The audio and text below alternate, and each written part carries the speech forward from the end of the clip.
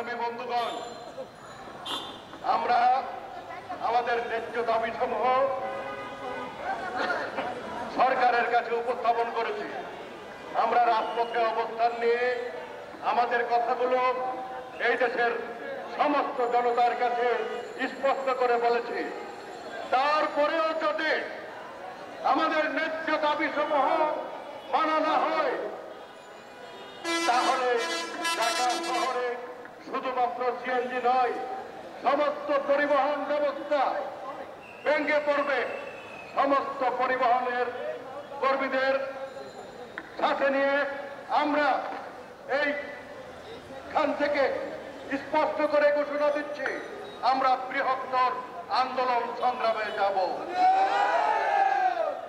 আমাদের আন্দোলন সংগ্রামকে ব্যাহত করতে পারে এরকম শক্তি এখনো বাংলাদেশে কোথাও জন্মায়নি। আমরা খুব পরিষ্কার করে বলেছি, আমাদের কয়টা দাবি খুব সামান্য। ঢাকা সহ মাত্র 2000 গাড়ির আমরা সর্বত্র ঢাকা শহরে, ঢাকা জেলায় বিতরণ করার জন্য অনুমোদন চেয়েছি। সরকার রাজি হয়েছে, কিন্তু প্রজ্ঞাপন জারি করতে তাদের সময় লাগছে। আমরা ধিক্কার জানাই সেই আমলাতন্ত্রকে, যারা শ্রমিক শ্রেণীর কাজ করতে সময় ক্ষেপণ করে, কাল ক্ষেপণ করে এবং নানা রকমের তাল বাহানা করে। এই কারণেই ছাত্র শ্রমিক জনতার যে অভ্যুত্থান, সেই অভ্যুত্থান সংস্কার করতে চায়।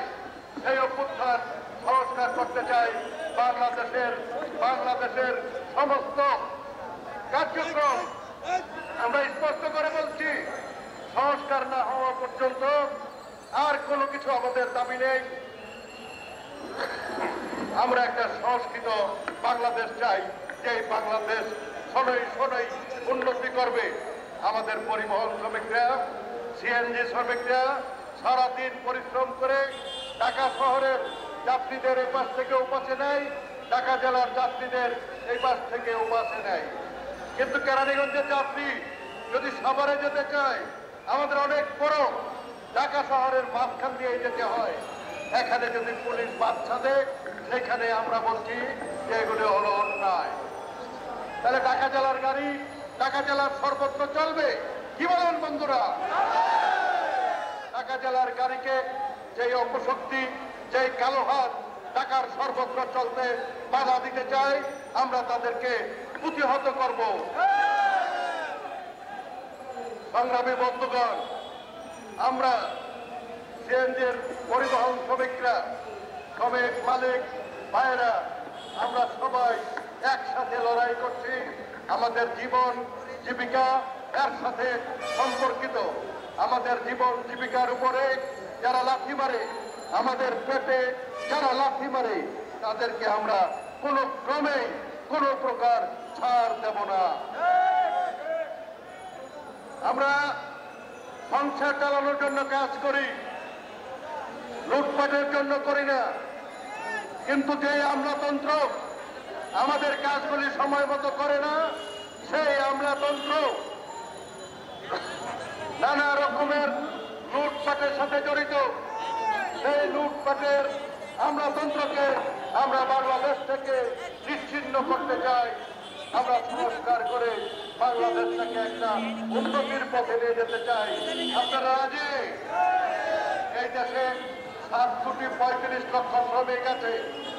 আমরা যদি ঐক্যবদ্ধ হয়ে রাস্তায় নামি, তাহলে পরে সেই আমাদের ঐক্যবদ্ধ শক্তিকে কেউ বাধা দিতে পারে, তা আমি কখনোই গুণাক্ষরেও মনে করি না।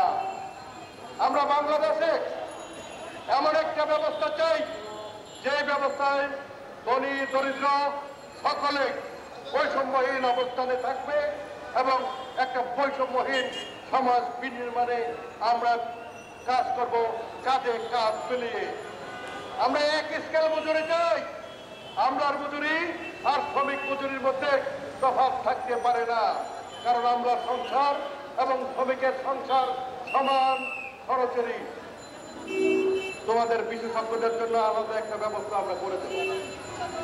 যারা বিশেষভাবে দক্ষ, তাদের জন্য আলাদা একটা ব্যবস্থা করে দেব। কিন্তু মজুরি হতে হবে সবার সমান। এটার নামে হলো এক স্কেল মজুরি।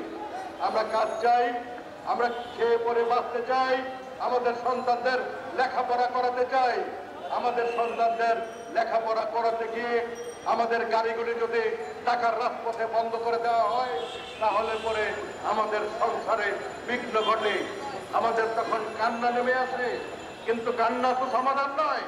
সমাধান হলো আমাদেরকে অবাধে চলতে দিতে হবে, আমাদেরকে অবাধে চলতে দিতে হবে। ঢাকা জেলার সর্বত্র আমরা গাড়ি চালাবো, আমরা কোনোখানে পুলিশের কোনো কালো হাত যেন আমাদের ডিসকাউন্ট না করে, সেই ব্যবস্থাটা আমরা চাই। কি বলেন? আমরা ঢাকা জেলার সিএনজি অটোরিকশা ইউনিয়নের যে সংগ্রামী নেতৃবৃন্দ আজকে আমাদের সাথে আছেন, এখানে জুয়েল আছেন, এখানে আলমগীর আছেন, মনির ভাই আছেন, সাকওয়াত হোসেন দুলাল আছেন, জব্বার ভাই আছেন, এই সমস্ত নেতৃবৃন্দকে আমরা বলছি যে আসুন আমরা এখানে ওই আমাদের যে কি নম্বর সেটার দিকে না তাকিয়ে এখানে যারা ইউনিয়ন করে, যারা যে কোনো ইউনিয়নের সদস্য হোক না কেন, আমরা সবাই ঐক্যবদ্ধভাবে আমাদের মোকাবেলা করতে হবে এবং ঐক্যবদ্ধর মধ্য দিয়েই আমরা ঐক্যবদ্ধ হওয়ার মধ্য দিয়ে আমরা আমাদের সংগ্রামে বিজয়ী হব। ধন্যবাদ সবাইকে। দুনিয়ার মতো